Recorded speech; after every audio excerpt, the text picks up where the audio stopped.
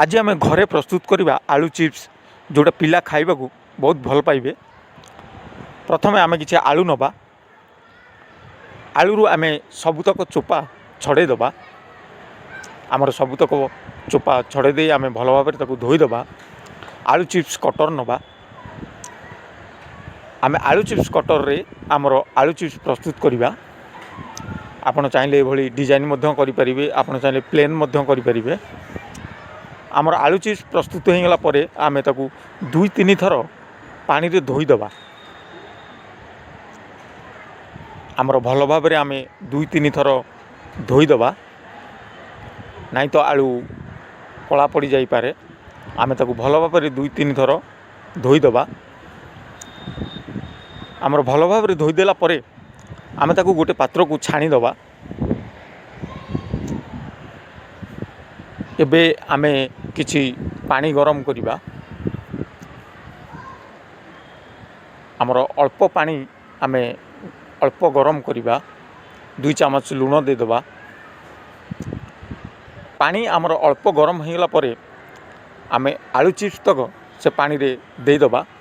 आमर अल्प गरम होइतिबा पानी रे आमे आलू चिप्स देदबा। ताकू गोटे मिनिट खाली गरम पानी रे रखी आमे काढ़ीदबा, जाफल आमर आलू चिप्स नरम हो। एबे आमर आलू चिप्स नरम हो जाइए, आमे ताकू गोटे छांकणी रे छाणीदबा। आमर सबुतक आलू चिप्स आमे एई भली गरम पानी रे देई छाणीदबा। आमर छाणीदेला परे आमे ताकू गोटे दिन खरारे सुखेईदबा।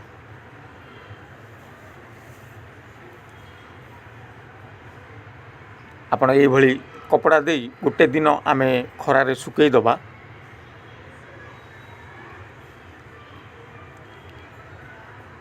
ये भली आमे गोटी गोटी करी खरारे आमे सुखेईदबा। गोटाई खरारे आमरे भल भाव में सुखी जीवो।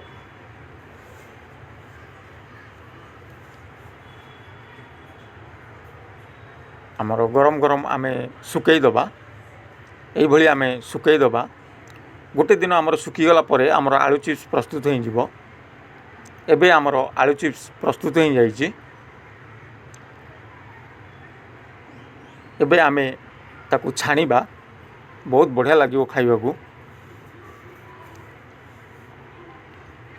आपण से चाट मसला, लंका गुंड, लुण दे खाइबे, बहुत टेस्ट लगे खाइबा। पिलांकु बहुत बढ़िया टेस्ट लगे खाइबा। एबे आमर आलू चिप्स प्रस्तुत